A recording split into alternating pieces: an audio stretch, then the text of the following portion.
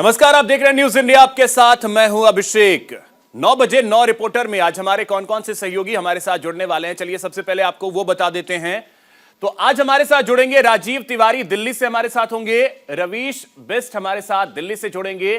गौरव वासुदेव हमारे साथ जुड़ेंगे देहरादून से। कमल हमारे साथ रांची से होंगे। अजहान अंसारी दिल्ली से होंगे। नमित भी हमारे साथ दिल्ली से जुड़ेंगे। अमर हमारे साथ बस्तर से जुड़ने वाले हैं। इसके अलावा शिशिर उपाध्याय हमारे साथ भोपाल से होंगे और अभिनव पांडे हमारे साथ लखनऊ से जुड़ेंगे। और तमाम अहम और बड़ी खबरें जो 9 बजे 9 रिपोर्टर में हम आपको दिखाने वाले हैं, वो तमाम खबरों का अपडेट उनसे लेंगे। लेकिन सबसे पहले इस समय आपको लिए चलते हैं हैदराबाद, जहां केंद्रीय गृह मंत्री प्रशिक्षु जो आईपीएस हैं, उनको संबोधित कर रहे हैं। चुनौतियों का सामना करने वाला पुलिस तंत्र ही एक विकसित राष्ट्र की नींव डाल सकता है। हमने लक्ष्य रखा है 2047 तक भारत पूरी तरह से विकसित राष्ट्र हो। 2025 तक $5 ट्रिलियन की अमेरिकी डॉलर वाली हम अर्थव्यवस्था बने। और ये इसलिए संभव दिखाई पड़ता है कि 2014 में हम दुनिया के अर्थतंत्रों की तालिका में 11वें नंबर पर थे।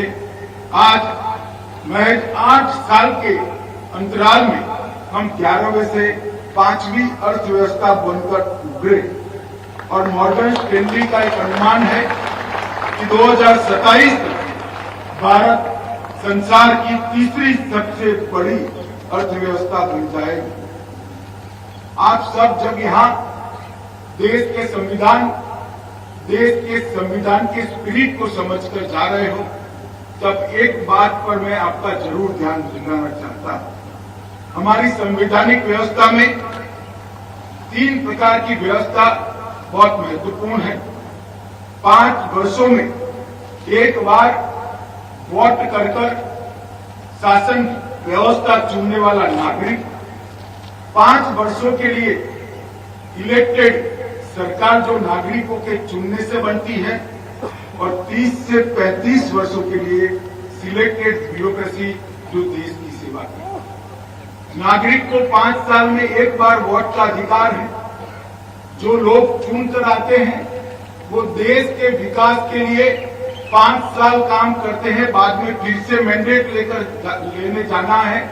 मगर आप जो अखिल भारतीय सेवा और सरकारी सेवाओं में आते हैं, उनको 30-35 साल तक निर्बाध तरीके से देश की सेवा करने का अधिकार मिलता है। इससे आप लोगों को ये हमेशा संज्ञान में रहना चाहिए कि संविधान ने कितने बड़ी जिम्मेदारी आप सबके कंधे पर डाली है। आने वाले 25 साल देश के लिए बहुत महत्वपूर्ण है। महान भारत का सपना जो हमारे आजादी के संग्राम के सेनानियों ने देखा था, वो सपना सिद्ध करने का समय ये 25 साल है। और ये 25 साल आप आईपीएस ऑफिसर के नाते देश की आंतरिक सुरक्षा की जिम्मेदारी संभालते हुए मैं ये बात इसलिए आपको कहता हूं कि आपकी जिम्मेदारी बहुत महत्वपूर्ण है। इसका संज्ञान हमेशा आपके मन पर, आपके कर्तव्य पर और आपकी जवाबदेही पर रहना चाहिए। मित्रों, 8 साल पहले के देश की आंतरिक सुरक्षा का परिदृश्य देखें तो 3 बड़े हॉटस्पॉट देश की आंतरिक सुरक्षा की दृष्टि से नासूर बनकर हमारे सामने थे। और एक बड़ी खबर अब आपको बताते हैं। त्रिपुरा विधानसभा चुनाव के लिए प्रचार अभियान बीजेपी अब तेज कर रही है। और आपको बता दें कि आज त्रिपुरा में प्रधानमंत्री नरेंद्र मोदी हुंकार भरने वाले हैं। प्रधानमंत्री 2 चुनावी सभाओं को संबोधित करेंगे। अंबासा और गोमती में ये रैलियां होनी है। आपको बता दें कि 16 फरवरी को त्रिपुरा में मतदान होना है। और ऐसे में अब बीजेपी ने पूरा जोर लगा दिया है त्रिपुरा में। तो आपको बता दें कि प्रधानमंत्री नरेंद्र मोदी आज 2 रैलियों को संबोधित करने वाले हैं। 16 फरवरी को मतदान होना है। और आपको बता दें कि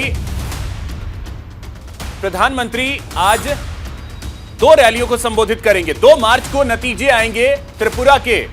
तो मिशन नॉर्थ ईस्ट पर प्रधानमंत्री नरेंद्र मोदी आज रहने वाले हैं। 2 चुनावी रैलियों को संबोधित करेंगे। इससे पहले आपको बता दें कि बीजेपी के राष्ट्रीय अध्यक्ष जेपी नड्डा लगातार दौरा करते रहे हैं त्रिपुरा का।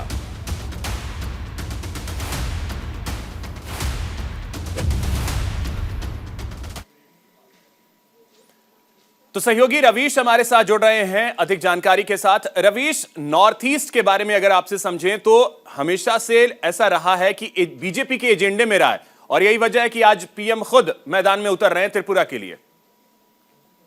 जी हाँ, देखिए त्रिपुरा में इलेक्शन से 16 फरवरी को और बहुत इंपॉर्टेंट हो जाता है भारतीय जनता पार्टी के लिए कि नॉर्थ ईस्ट में अब वो अपना सिक्का जमाए। जैसे त्रिपुरा में ऑलरेडी उनकी सरकार है, 60 सीटों पर इलेक्शन होना है, 55 सीट्स बीजेपी चुनाव लड़ रही है, 5 सीट्स उन्होंने अलायंस को दिए।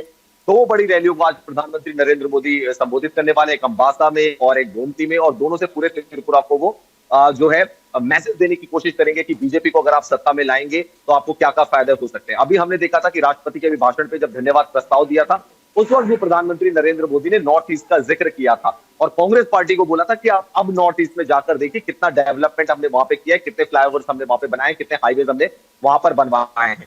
तो पूरा फोकस है, मिशन 2024 भी सामने है। बीजेपी ये समझती है कि सीट्स को अगर इंक्रीज करना है तो नॉर्थ ईस्ट एक ऐसा प्लेटफॉर्म हो सकता है कि अगर वहां पर उनकी सरकार होगी और वहां पर अगर वो ज्यादा से ज्यादा मतदाताओं को अपनी तरफ रिझा पाएंगे तो 2024 के लोकसभा चुनाव में अगर नॉर्थ से कुछ सीटें कम होती है तो नॉर्थ ईस्ट से उसकी भरपाई की जा सकती है। यानी कि जो हिंदी पट्टी क्षेत्र है रवि, मतलब एक तरीके से 2024 को भी साधने की कोशिश होगी क्योंकि ये तो सेमीफाइनल है ही। तो अब ऐसे में क्या, जैसा आप जिक्र कर रहे हैं, नॉर्थ ईस्ट में सिक्का जमाए रखना बहुत बड़ी चुनौती होगी बीजेपी के लिए, और साथ ही साथ जो सीटों के बारे में आप कह रहे हैं कि अगर हिंदी पट्टी में कुछ नुकसान होता है तो भरपाई या तो नॉर्थ ईस्ट से कर ली जाए या दक्षिण से कर ली जाए।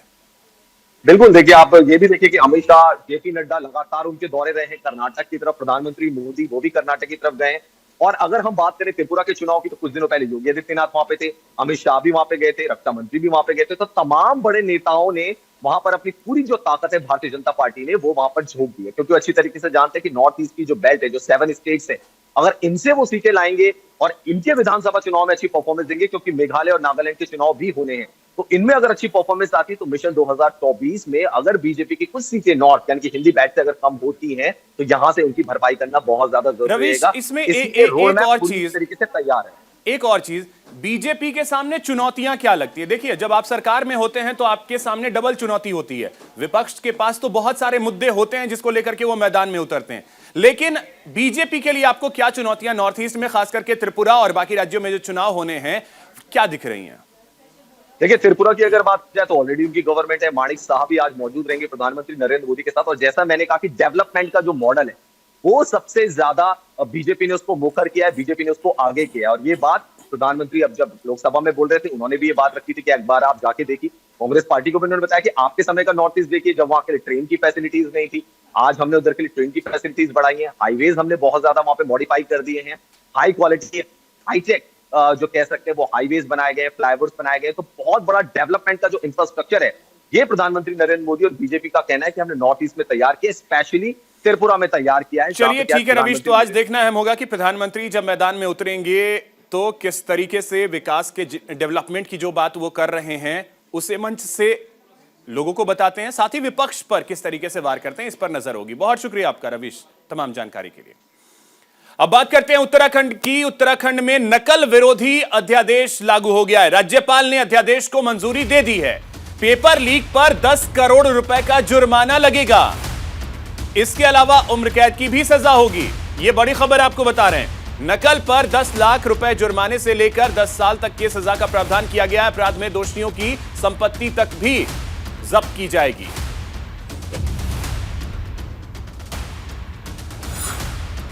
तो यह बड़ी खबर आपको बता रहे हैं, अपराध में दोषियों की संपत्ति भी जब्त की जाएगी। तो नकल विरोधी अध्यादेश लागू हो गया है। और आपको बता दें कि उत्तराखंड में पिछले कुछ वक्त से पेपर लीक का मामला काफी ज्यादा गर्माता रहा है। विपक्ष के निशाने पर सरकार रही है। अब ऐसे में सरकार ने एक बहुत बड़ा फैसला लिया है और आपको बता दें कि अध्यादेश को मंजूरी मिल गई है राज्यपाल की भी।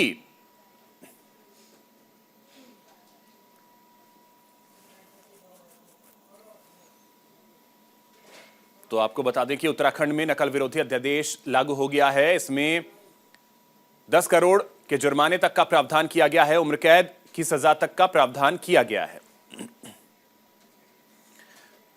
तो सहयोगी गौरव हमारे साथ जुड़ रहे हैं अधिक जानकारी के साथ देहरादून से। गौरव, सबसे पहले तो आपसे समझना चाहेंगे कि अध्यादेश में चीजें क्या क्या हैं कि अगर कोई नकल करता है, नकल करवाता है तो उसके लिए किस तरीके से सजा का प्रावधान किया गया है? जी देखिए, मैं बता दूं कि पहले तो सबसे पहले ये कानून जो है दो तरीके से काम करता है। एक तो वो लोग जो संगठित तौर पे इस अपराध में लिप्त होते हैं, नकल कराते हैं, जैसे कि हमने देखा अभी हाकम सिंह और वो जो पूरा गिरोह पकड़ा गया था, इस तरीके के लोगों को 10 साल तक की, मैं बता दूं कि आजीवन कारावास और 10 करोड़ रुपए तक का जुर्माना इस कानून में लाया गया है।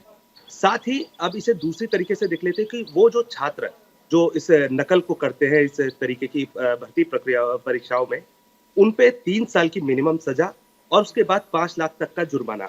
यही छात्र अगर दोबारा नकल करता हुआ पकड़ा जाता है किसी अन्य भर्ती परीक्षा में, तो ये सजा दुगनी हो जाती है। मैं आपको बता दूं, इसके साथ साथ ये जो कानून है ये गैर जमानती है, यानी कि जो अपराध किया जाएगा ये गैर जमानती होगा। और साथ ही साथ इस कानून के तहत जो भी अपराधी इसमें होंगे, संलिप्त पाए जाएंगे लोग, उनकी संपत्ति भी जब्त की जाएगी। इसमें अब एक और चीज आपसे समझना चाहेंगे गौरव कि देखिए, कानून तो बहुत सारे हैं लेकिन उसका असर कितना होता है ये हर कोई जानता है। क्या हम मान के चलें कि इसके बाद, क्योंकि उत्तराखंड में पिछले कुछ वक्त में हमने देखा है कि पेपर लीक के मामले की वजह से सरकार की किरकिरी भी हुई है, विपक्ष के निशाने पर सरकार रही भी है, तो ऐसे में ये कानून जो है प्रदेश की परीक्षाओं की दिशा और दशा कितनी बदल पाएगा? जी देखिए, मुख्यमंत्री पुष्कर सिंह धामी ने ये बात साफ कर दी थी कि किसी भी तरीके से वो युवाओं के जो भविष्य है उसके साथ खिलवाड़ नहीं होने देंगे। लगातार ये उन्हीं का, मैं आपको बता दूं कि उन्हीं के जो निर्देश थे, उसी के बाद एसटीएफ ने एक बहुत बड़ा जो गैंग है इस पूरे नकल पे पकड़ा था। उसके बाद लगातार अगर हम देखें तो जिस तरीके से एसटीएफ, पुलिस विभाग इस पूरी जांच में काम करता आया है, उससे कहीं ना कहीं ये जरूर साबित होता है कि छात्रों के भविष्य को लेकर जो है उत्तराखंड सरकार बहुत संगीन है और उसे बहुत अच्छे तरीके से टैकल भी करना चाहती है। हालांकि अब जितना सख्त कानून ये लाया गया है, उसके बाद उम्मीद जताई जा रही है कि जितने भी इस तरीके के, अभी जैसे कि हम जान सकते हैं कि पिछले महीने भी एक तरीके का एक गैंग पकड़ा गया था जिन्होंने पटवारी परीक्षा को लीक कराया था। उसके बाद अब इन सारी चीजों पे लगाम लग सकेगी और आने वाले जो एग्जाम है, जो कि पहला एग्जाम जो है इस कानून के तहत कल ही होना है, तो उस पे अब इस तरीके के जो नकल जो गैंग होते हैं उन पे लगाम लगाने में ये कानून जरूर मदद करेगा। चलिए, बिल्कुल। तो गौरव, उम्मीद यही की जानी चाहिए कि परीक्षा जो है वो नकल मुक्त हो और ये कानून लाया गया है, ये प्रावधान लाया गया है, इसका असर कम से कम हो, चाहे वो संगठित अपराध कोई कर रहा हो या कोई स्टूडेंट कोई पेपर खरीद कर उसके बाद परीक्षा दे रहा हो। बहुत शुक्रिया गौरव आपका तमाम जानकारी के लिए। अब बात करते हैं लखनऊ की, जहां पर यूपी ग्लोबल इन्वेस्टर्स समिट का आयोजन किया जा रहा है। आज दूसरा दिन है। आपको बता दें कि यूपी सरकार की ओर से ग्लोबल इन्वेस्टर्स समिट का आयोजन किया जा रहा है। 12 फरवरी तक यह समिट चलेगा। आपको बता दें कि कल इसका उद्घाटन प्रधानमंत्री नरेंद्र मोदी ने किया था। आज इस समिट का दूसरा दिन है। आज कई नेता जो हैं वो शिरकत करेंगे। सीएम योगी वृंदावन योजना के कार्यक्रमों में भी शिरकत करने वाले हैं। तो आपको बता दें कि करीब 34 सेशन इन 3 दिनों के दौरान होने हैं। कल इसकी शुरुआत हुई, आज दूसरा दिन है और कल इसका समापन होगा। ग्लोबल इन्वेस्टर्स समिट, जिसका आयोजन लखनऊ में किया जा रहा है, कल प्रधानमंत्री नरेंद्र मोदी ने इसका उद्घाटन किया था। और आपको बता दें कि 3 दिनों तक का ये समिट। अभिनव हमारे सहयोगी अधिक जानकारी के साथ जुड़ रहे हैं। अभिनव, सबसे पहले तो जानना चाहेंगे कि आज क्या क्या सेशंस रहने वाले हैं? देखिए, बिल्कुल मैं बता दूं कि ग्लोबल इन्वेस्टर समिट का जो है कल बाकायदे प्रधानमंत्री नरेंद्र मोदी ने उद्घाटन कर दिया। इसके अलावा जो है कल अमित शाह भी यहाँ पर मौजूद थे। कई यहाँ पर जो है कई सेशन हुए जिसमें, और टोटल 34 सेशन होने हैं। आज जो सेशन होना है उसमें जो है स्मृति ईरानी यहाँ पर आएंगी, इसके अलावा ज्योतिरादित्य सिंधिया आएंगे। तो कई 4 सेशन जो है ज्योतिरादित्य सिंधिया और स्मृति ईरानी का 2-2 सेशन होगा, जिसमें कि बाकायदे कैसे जो है हस्तकरघा उद्योग को कैसे बढ़ावा दिया जा सकता है। इसके अलावा ज्योतिरादित्य सिंधिया जो है जब वो मौजूद होंगे तो उसके अलावा एविएशन को लेकर जो है सेशन आज रखे गए हैं। इसके साथ साथ जो जो है कैसे जो है ओडीओपी को बढ़ावा दिया जा सकता है, उसको लेकर जो है कैसे इन्वेस्टमेंट किया जा सकता है, उसको लेकर जो है आज जो है सेशन होना है। कुल मिला के मैं बता दूं कि आज जो है 12 सेशन आज होने हैं। इसको लेकर अलग अलग तरह के अलग अलग जो है विंग्स बनाई गई हैं, अलग अलग ऑडिटोरियम बनाए गए हैं, जहां पर है बाकायदे जो है अब शुरुआत हो गई है। 11 बजे से इसकी बाकायदे शुरुआत हो जाएगी। हर सेशंस की अलग अलग जगहों पर अलग अलग सेशंस हो रहे हैं। पिछली बार ये पूरा इंदिरा गांधी प्रतिष्ठान में किया गया था, जहां पर कि ऑलरेडी ऑडिटोरियम 5 से 6 ऑडिटोरियम बना हुआ था, जहां पर कि सेशंस हो रहे थे। लेकिन यहां पर चूंकि पंडाल में पूरा बनाया गया है, लेकिन अब भव्य तरीके से यहां पर बनाया गया है और ऐसा देखने में प्रतीत नहीं होता है कि ये परमानेंट कंस्ट्रक्शंस नहीं है। इसके अलावा हम बात योगी के उत्तर प्रदेश के मुख्यमंत्री योगी आदित्यनाथ की कर देते हैं। लगभग 2 दशक से ज़्यादा समय हो चुका है मुझे पत्रकारिता में, बहुत से मुख्यमंत्रियों को हमने देखा, लेकिन योगी आदित्यनाथ को इस बात की तारीफ करनी होगी कि हर चीज़ की वो खुद पैनी और बारीकी से नज़र रखे हुए हैं। इसके साथ साथ मौके पर खुद जाते हैं, खुद मॉनिटरिंग करते हैं, ताकि किसी भी तरह की खामियां यहाँ पर न रह जाए। चाहे जो लोग भी बाहर से आए हैं, चाहे विदेशी जो इन्वेस्टर आए हुए हैं या देश के इन्वेस्टर जो भी यहाँ पर मेहमान आए हुए हैं, उन पर बारीकी नज़र रखे हैं कि उनको किसी भी प्रकार की असुविधा ना हो पाए। इसके साथ साथ जो है पूरे शहर को जो है इस समय आप जैसे देख रहे हैं कि दुल्हन की तरह से सजाया गया है। मैं इस समय जहाँ पर पॉइंट पे खड़ा हूँ, थोड़ा सा अपना व्यू दिखाना पाऊंगा। जी दिखाइए। जी दिखाना चाहूँगा कि ये देख लीजिए, विदेशी जो है यहाँ पर आ चुके हैं और ये मेन एंट्री गेट है, जहाँ से कि उन लोग सभी जो है वो इन्वेस्टर हैं, उन लोगों को एंट्री होनी है। यहाँ से एंट्री होते हैं और पैदल मार्ग से जो है एक पॉइंट है, वहाँ से लोग जो है यहाँ पर आ रहे हैं। तो सेशन की जो है थोड़ी सी देर में जो है लगभग 10:30 से 11 के बीच में पहला सेशन शुरू होगा। 3 बजे के करीब जो है स्मृति ईरानी यहाँ पर आएंगी और उसके बाद जो है 5 बजे करीब ज्योतिराज सिंधिया आएंगे। देर शाम लगभग 9 बजे तक ये पूरा सेशन चल रहे हैं। तो कुल मिला के लोगों में उत्साह जो देखने को मिल रहा है। कल हम लोग की बहुत ज़्यादा लोगों से बात हुई, कई इन्वेस्टर्स से हम लोगों की बात हुई। उन लोगों ने कहा कि इस तरह का इन्वेस्टर समिट जो है हमने नहीं देखा है और ये बहुत अच्छी चीज़ है कि एक मंच के नीचे इतने ज़्यादा इन्वेस्टर आ रहे हैं और उनको चीज़ों को बड़ी बारीकी से। एक चीज़ और, तैयारी भव्य है। इन्वेस्टर्स जो हैं सिर्फ भारत के नहीं बल्कि दूसरे देशों के इन्वेस्टर्स भी वहां पहुंचे हैं। संभावनाएं अभी तक की स्थिति को देख करके आपको क्या लग रहा है? क्योंकि कल हमने देखा कि किस तरीके से मुकेश अंबानी जो हैं उन्होंने कहा कि रिलायंस जो है वो इन्वेस्टमेंट करेगा उत्तर प्रदेश में।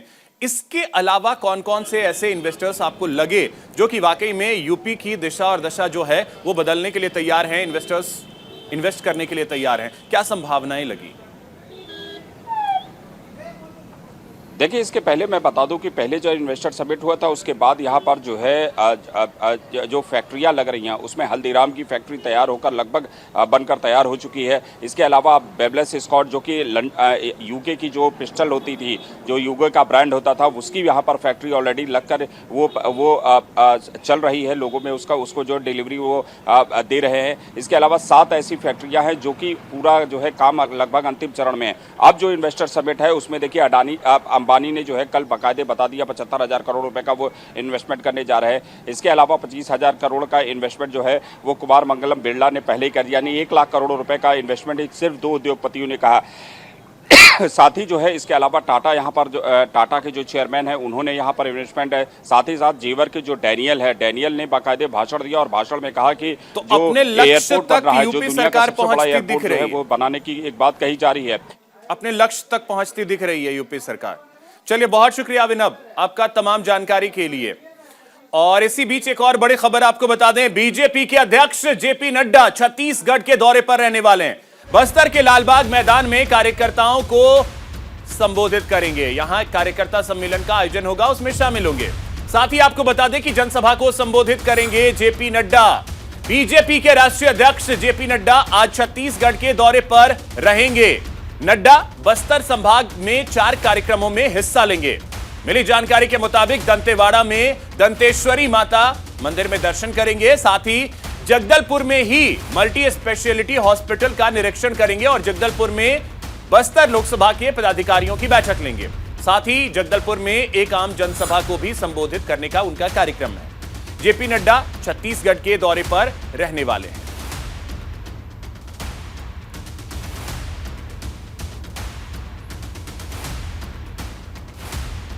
तो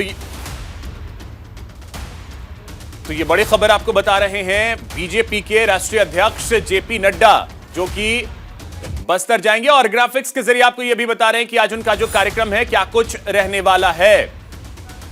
आपको बता दें कि दोपहर 12:10 पर बीजेपी लोकसभा कोर कमेटी के साथ बैठक करेंगे। दोपहर 1:30 बजे जगदलपुर में जनसभा को संबोधित करने वाले हैं। 11:15 पर दंतेवाड़ा में दंतेश्वरी माता मंदिर में पूजा अर्चना करेंगे। सहयोगी अमर हमारे साथ जुड़ गए हैं अधिक जानकारी के साथ। अमर, इसी साल अगर कहें तो अंतिम में चुनाव भी होने हैं छत्तीसगढ़ में, कितना अहम जेपी नड्डा का यह दौरा? जी बिल्कुल, मैं आपको बता दूं कि छत्तीसगढ़ के बस्तर में जो है विधानसभा चुनाव को देखते हुए जो है जेपी नड्डा का आज जो है 3 साल बाद पहला दौरा हो रहा है। और कुल मिला के कहा जाए तो जो बीजेपी के कार्यकर्ता है वो लगातार जुटे हुए हैं और पूरी तैयारी कर लिए हैं। और तैयारियों के साथ में पूर्व मंत्री केदार कश्यप ने भी कहा है एक प्रेस कॉन्फ्रेंस करते हुए कि बीजेपी में जो है अच्छा जो है खुशी की लहर देखी जा रही है और हजारों की भीड़ जनसंख्या जुटाने की कोशिश भी लगातार जारी है। और इसी ओर दूसरी ओर बात करें तो कांग्रेस के जो गद्दावर मंत्री है कवासी लखनऊ, उसने भी तंज कसते हुए कहा है कि मोदी भी बस्तर पर रहे हैं चुनावी दरमियान जो है, उसके बाद भी 12 सीट से ज्यादा नहीं ला पाई है। तो एक तरफ से चुनावी जो दौरे को लेकर अमर, अभी से ही चुनावी माहौल जो है, भले ही 7-8 महीने दूर है अभी चुनाव, लेकिन अभी से ही माहौल बनना शुरू हो गया है। जी बिल्कुल, एक तरफ से कहा जाए तो ये चुनावी दौरा ही माना जा सकता है और लगातार बीजेपी के जो कार्यकर्ता हैं उसमें उत्साह देखा जा रहा है और लगातार इस पे तरह तरह की जो है। चलिए ठीक है, बहुत शुक्रिया अमर आपका तमाम जानकारी के लिए। बड़ी खबर आपको बता दें, हैदराबाद में गृह मंत्री अमित शाह ने कहा है कि आतंकवाद के खिलाफ जीरो टॉलरेंस की नीति जारी रहेगी। सीमावर्ती विवादों का निपटारा किया जाएगा और निपटारा किया भी है। तो ये बड़ी खबर आपको बता दें, हैदराबाद में केंद्रीय गृह मंत्री अमित शाह ने कहा है कि जीरो टॉलरेंस की नीति हमारी जारी रहेगी, साथ ही सीमावर्ती विवादों का निपटारा किया, यह कहा है केंद्रीय गृह मंत्री अमित शाह ने।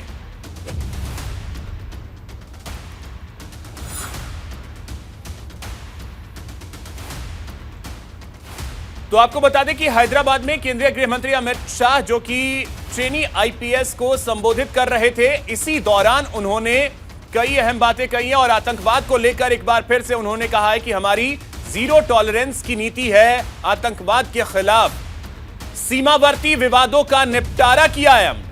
यह कहा है केंद्रीय गृह मंत्री अमित शाह ने।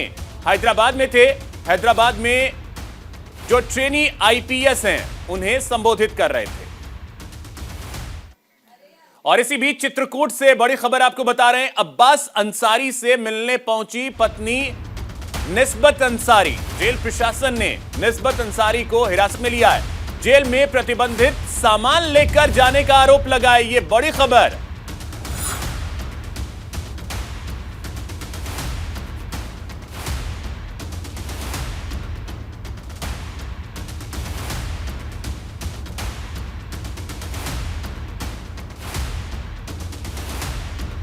तो डीआईजी जेल प्रयागराज को सौंपी गई है मामले की जांच। लापरवाह पुलिसकर्मियों पर कार्रवाई भी होगी। मनी लॉन्ड्रिंग केस में चित्रकूट जेल में बंद है अब्बास अंसारी।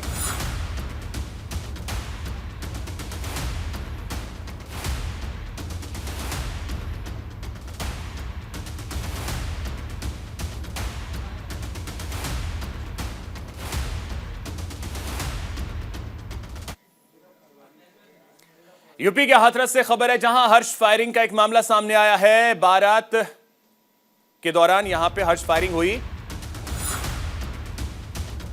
हर्ष फायरिंग में 4 लोगों को गोली लगी है।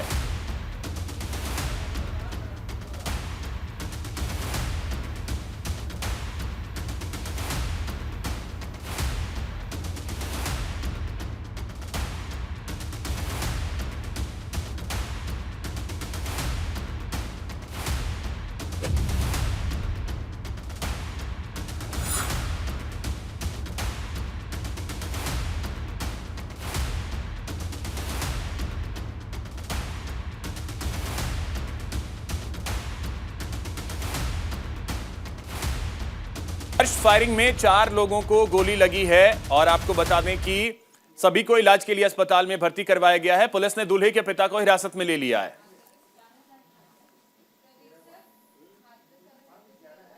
थाना शाहपुर में बता रहे हैं कि कोई बारात थी जिसमें हॉर्स फायरिंग हुई है। हॉर्स फायरिंग के दौरान ये इंजर्ड हुए हैं और अभी पुलिस सारी जानकारी कर रही है और इसमें बेहतर कार्रवाई की गई है। इंजर्ड को प्राथमिक रूप से इलाज जरूरी था, उनको इलाज के लिए आया गया, उनको बेहतर उपचार के लिए अलीगढ़ रेफर किया जाए। कितने लोग हैं जो घायल? और इसी बीच एक बड़ी खबर आपको बता दें, झारखंड में सियासी जमीन तलाशने की मुहिम तेज कर दी है कांग्रेस ने। आज झारखंड दौरे पर रहेंगे कांग्रेस के अध्यक्ष मल्लिकार्जुन खड़गे। हाथ से हाथ जोड़ो अभियान की शुरुआत करेंगे, साहेबगंज से इसकी शुरुआत होगी। तो यह बड़ी खबर आपको बता रहे हैं, कांग्रेस झारखंड में अपनी जमीन को तलाशने में एक बार फिर से जुट गई है।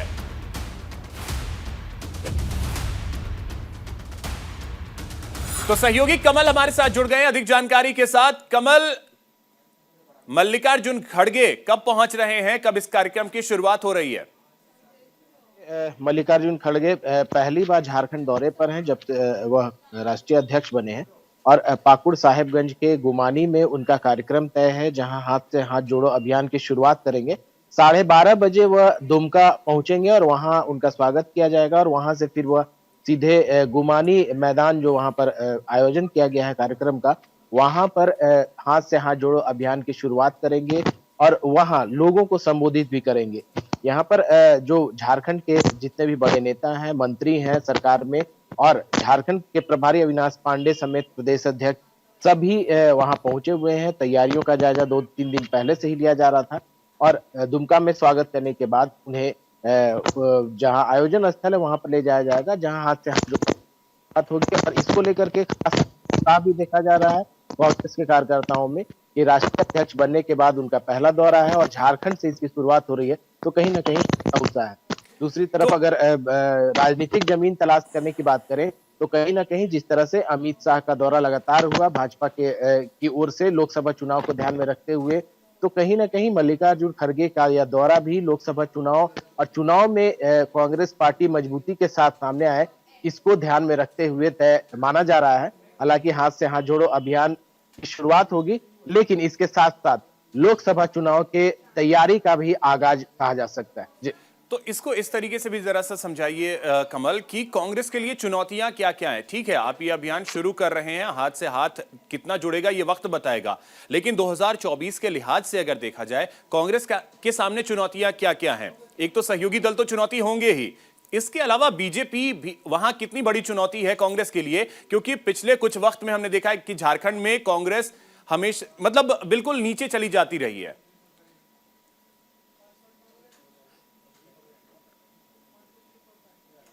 कमल,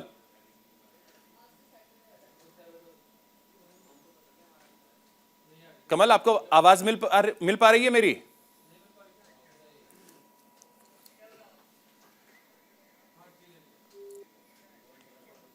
तो चलिए अब रुक करते हैं अगली खबर की ओर। मध्य प्रदेश में आज खेलो इंडिया यूथ गेम्स का समापन होने वाला है। खेलो इंडिया यूथ गेम्स के 5वें संस्करण का समापन समारोह आज होना है। आपको बता दें कि सीएम शिवराज चौहान, केंद्रीय खेल मंत्री अनुराग ठाकुर इसमें मुख्य अतिथि के तौर पर शामिल होंगे। महाराष्ट्र ने 44 स्वर्ण समेत कुल 133 पदक अपने नाम किए हैं। हरियाणा को 38 गोल्ड मिले हैं। मेजबान एमपी को 28 पदक के साथ तीसरे स्थान से संतोष करना पड़ा है। मध्य प्रदेश में चल रहे खेलो इंडिया यूथ गेम्स 2022 का आज समापन होना है। इस मौके पर गेम्स के एंथम हिंदुस्तान का दिल धड़का दो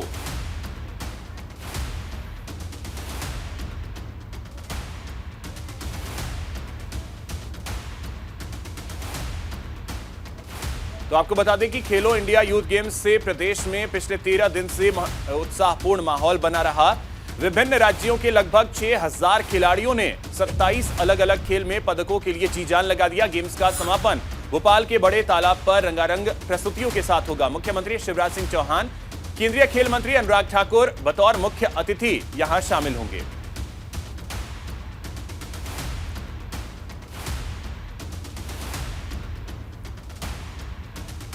तो आपको बता दें कि सीएम शिवराज चौहान, केंद्रीय खेल मंत्री अनुराग ठाकुर आज समापन समारोह के इस कार्यक्रम में शामिल होने वाले हैं। महाराष्ट्र ने कुल 44 स्वर्ण पदक समेत 133 पदक अपने नाम किए हैं और पहले पायदान पर है।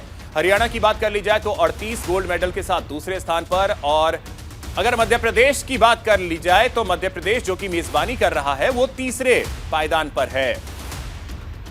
तो कई अलग अलग प्रतिस्पर्धाएं जिसमें खिलाड़ियों ने प्रदर्शन किया, गोल्ड मेडल अपने नाम किए, और महाराष्ट्र पहले पायदान पर है, दूसरे पायदान पर हरियाणा, तीसरे पायदान पर मध्य प्रदेश।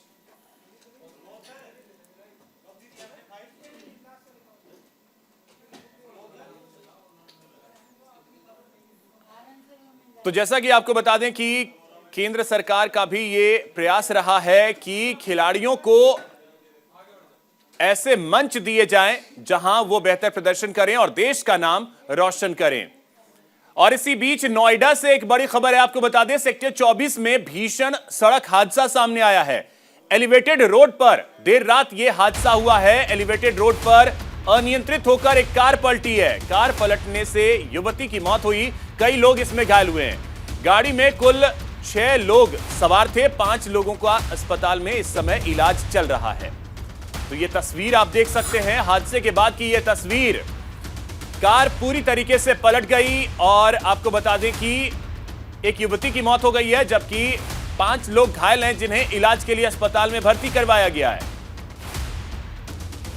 और उन 5 का इस समय इलाज चल रहा है। यह बड़ी खबर नोएडा के सेक्टर 24 से। यह तस्वीर आप देखें, कार पूरी तरीके से पलट गई और इस हादसे में जो कि कार में सवार 6 लोग थे उसमें से एक युवती की मौत हो गई है, जबकि 5 लोगों को अस्पताल में भर्ती करवाया गया है, जहां इस समय उनका इलाज चल रहा है। इस कार की स्थिति को देख करके आप अंदाजा लगा सकते हैं कि हादसा जो है वो कितना भीषण रहा। ये एलिवेटेड रोड है, थाना सेक्टर 24 रिजॉर्ट चौकी के पास। यहाँ पर एक कार अनियंत्रित होकर पलट गई। ये निशान गाड़ी है जिसपे 6 व्यक्ति सवार थे, 4 युवक और 2 युवतियाँ। ये अनियंत्रित कार पलटने के बाद एक युवती की मौके पे ही मृत्यु हो गई है, जिसके शव को मार्चरी के लिए भेजा गया है। जो 5 अन्य व्यक्ति हैं उनको ज़्यादा चोटें नहीं आई, लेकिन प्राथमिक उपचार के लिए उनको जिला चिकित्सालय भेजा गया है। अभी उनसे वार्ता की जाएगी कि वो कहाँ से आ रहे थे और किस प्रकार ये हादसा हुआ। उनसे वार्ता करने के बाद ही ज्ञात होगा। जो जिस युवती की मौत हुई है ये ग्वालियर की रहने वाली है और किसी यूनिवो एजुकेशनल सोसाइटी है उसमें काम करती है। अभी तक इतना ज्ञात हुआ है, बाकी व्यक्तियों से पूछताछ के बाद पूरी वस्तुस्थिति की जानकारी होगी। इसमें अगर कोई गलती पाई जाती है ड्राइवर की या किसी अन्य व्यक्ति की, तो जो भी साक्ष्य उसके आधार पर अन्य अग्रिम कार्रवाई की जाएगी। एक बड़ी खबर आपको बता दें, दिल्ली में मौलाना महमूद मदनी ने एक बड़ा बयान दिया है। इस्लाम सभी धर्मों से सबसे पुराना मजहब है। देश जितना मोदी का उतना ही महमूद का भी है। देश जितना भागवत का उतना ही महमूद का है। इस्लाम भारत में बाहर से नहीं आया। तो ये बड़ी खबर आपको बता रहे हैं। देश जितना मोदी का उतना मदनी का भी है, ये मौलाना महमूद मदनी ने कहा है। तो ये बड़ी खबर आपको बता दें, इस्लाम भारत में बाहर से नहीं आया। ये बड़ा बयान मौलाना महमूद मदनी का।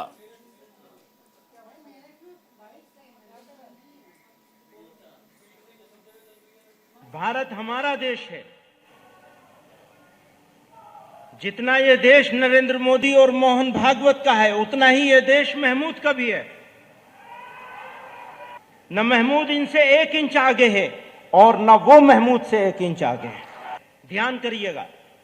साथ ही इस धरती की खासियत यह है कि यह खुदा के सबसे पहले पैगंबर अबुल बशर सैयदना आदम अलैहिस्सलाम की सरजमीन है। भारत हमारा। तो मौलाना महमूद मदनी को आपने सुना कि ना तो हम 1 इंच आगे हैं ना वो 1 इंच आगे हैं। जितना ये देश भागवत का है उतना ही महमूद का भी है। जितना ये देश नरेंद्र मोदी का है उतना ही ये देश महमूद का भी है। तो आपको बता दें कि मौलाना महमूद मदनी ने एक बड़ा बयान दिया है और आपको बता दें कि इस दौरान दिल्ली में एक कार्यक्रम के दौरान उन्होंने ये बातें कही, जिसमें उन्होंने कहा कि इस्लाम सभी धर्मों से सबसे पुराना मजहब है। और आपको बता दें कि उन्होंने कहा कि देश जितना भागवत का उतना ही महमूद का है। ये बातें दिल्ली में एक कार्यक्रम के दौरान मौलाना महमूद मदनी ने कही हैं।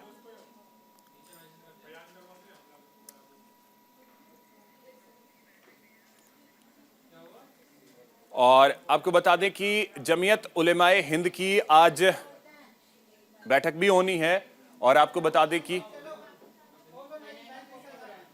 दिल्ली में रामलीला मैदान में कार्यक्रम होना है जमीयत उलेमाए हिंद का। और उससे पहले ही मौलाना महमूद मदनी का यह बयान सामने आया जिसमें उन्होंने कहा कि जितना यह देश मोदी का उतना महमूद का है, जितना यह देश भागवत का उतना यह देश महमूद का है।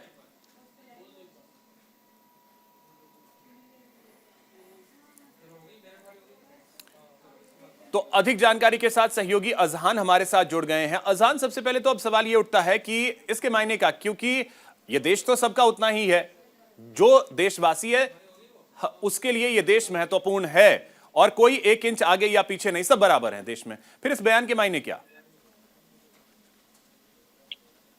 देखिए, बिल्कुल जमीयत उलमाए हिंद की तरफ से ये जो 3 दिवसीय अधिवेशन बुलाया गया है, इसमें कई मुद्दों को लेकर जो है कल भी चर्चा हुई है और आज भी चर्चा होगी। जो कल इसका लास्ट डे रहेगा 12 फरवरी, उसमें जो देश भर के मुसलमान हैं वो हर तबके से लोग आएंगे और ज्यादातर जिसमें मुसलमान होंगे 2 लाख से ज्यादा मुसलमान इसमें बताए जा रहे हैं, वो शामिल होंगे। और कल के बयान की बात कर ली जाए तो जमीयत उलमाए हिंद के अध्यक्ष का ये बयान कहीं ना कहीं कई मायने निकाल कर रखता है, क्योंकि हमने देखा है कल भी जो अधिवेशन है उसमें कई मुद्दों को लेकर चर्चा हुई है, चाहे वो इस्लामोफोबिया को लेकर हो या यूनिफॉर्म सिविल कोड को लेकर हो, या हमने देखा है अभिषेक जिस तरीके से पिछले कुछ दिनों में कई मंच से लेकर जो सांप्रदायिक तत्व हैं उनकी तरफ से देश के मुसलमानों को लेकर तरह तरह की बातें की गई हैं और नरसंहार से लेकर कई मुद्दों को लेकर देश के मुसलमानों को लेकर कई बयानबाजी हुई है। तो उसी को लेकर ये अधिवेशन बुलाया गया है और कई मुद्दों को लेकर इनमें चर्चा होगी। कल की बात कर ली जाए तो कल बड़ी संख्या में इसमें बड़ी संख्या में मुस्लिम जुड़ेंगे और कई जो वर्ग के धर्म गुरु हैं वो भी इसमें शामिल हो सकते हैं। विषय चलिए, ठीक है अजहान, बहुत शुक्रिया आपका तमाम जानकारी के लिए। और आपको बता दें कि प्रधानमंत्री नरेंद्र मोदी इस समय बोल रहे हैं, आपको सुनाते हैं। ये गरीबों को एक सपोर्ट की जरूरत थी ताकि वे अपनी रोजमर्रा की जरूरतों को पूरा कर सकें। बैंक खाता खुलवाना हो, शौचालय बनवाना हो, लोगों तक नल का जल पहुंचाना हो, हमने ऐसे कितने ही अभियानों से लोगों को सपोर्ट किया। आयुष्मान भारत योजना हो या फिर हमारी सरकार की सोशल सिक्योरिटी स्कीम्स, इनके जरिए देश में एक मजबूत सोशल सिक्योरिटी नेट तैयार हुआ है। इसका रिजल्ट क्या निकला है ये भी हम देख रहे हैं। आज देश का गरीब, देश का मध्यम वर्ग बड़े सपने देखने और उन्हें पूरा करने का साहस जुटा पा रहा है। वे आज दुनिया को दिखा रहा है कि अपने सामर्थ्य से वो नई ऊंचाइयों को छूने में सक्षम है। साथियों, कहा जाता है कि सबसे अच्छा फिजियोथेरेपिस्ट वही होता है जिसकी जरूरत मरीज को बार बार महसूस ना हो। यानी एक तरह से कहें तो आपका प्रोफेशन ही आपको आत्मनिर्भरता का महत्व सिखाता है। हम कह सकते हैं कि लोगों को सेल्फ रेजिलिएंट बनाने की और बनाना यही आपका गोल है। इसलिए आज जब भारत आत्मनिर्भरता की ओर बढ़ रहा है तो आपके प्रोफेशन के लोग आसानी से यह समझ सकते हैं कि यह हमारे देश के भविष्य के लिए जरूरी क्यों है। और सबसे महत्वपूर्ण बात यह है कि एक फिजियोथेरेपिस्ट जानता है कि प्रोग्रेस तभी संभव है जब डॉक्टर और जिन्हें फिजियोथेरेपी की जरूरत है दोनों मिलकर काम करें। इसलिए आप विकास को मास मूवमेंट बनाने के सरकार के प्रयासों के महत्व को बखूबी समझ सकते हैं। स्वच्छ भारत, बेटी बचाओ और दूसरी कई पहल की सफलता में जन भागीदारी की यही भावना नजर आती है। साथियों, फिजियोथेरेपी की जो स्पिरिट है, उसमें हर व्यक्ति के लिए और देश के लिए भी कई अहम संदेश छिपे हैं। जैसे कि फिजियोथेरेपी की सबसे पहली शर्त है कंसिस्टेंसी। आमतौर पर लोग जोश में 2-3 दिन 4 दिन तो एक्सरसाइज कर लेते हैं, लेकिन उसके बाद धीरे। और चलिए इस समय आपको लखनऊ लिए चलते हैं, जहां मुख्यमंत्री योगी आदित्यनाथ पहुंचे हैं। दीनदयाल उपाध्याय की प्रतिमा पर पुष्पांजलि अर्पित की है उन्होंने, उन्हें नमन किया है। ये तस्वीरें हम आपको दिखा रहे हैं, सीधी तस्वीरें लखनऊ से।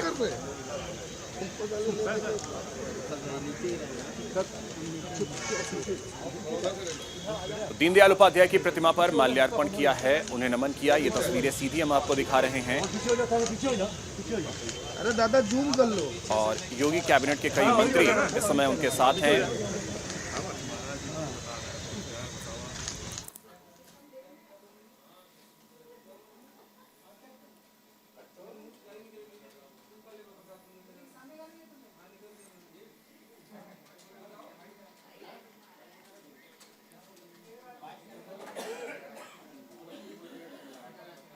तो फिलहाल इस बुलेटिन में इतना ही। नमस्कार।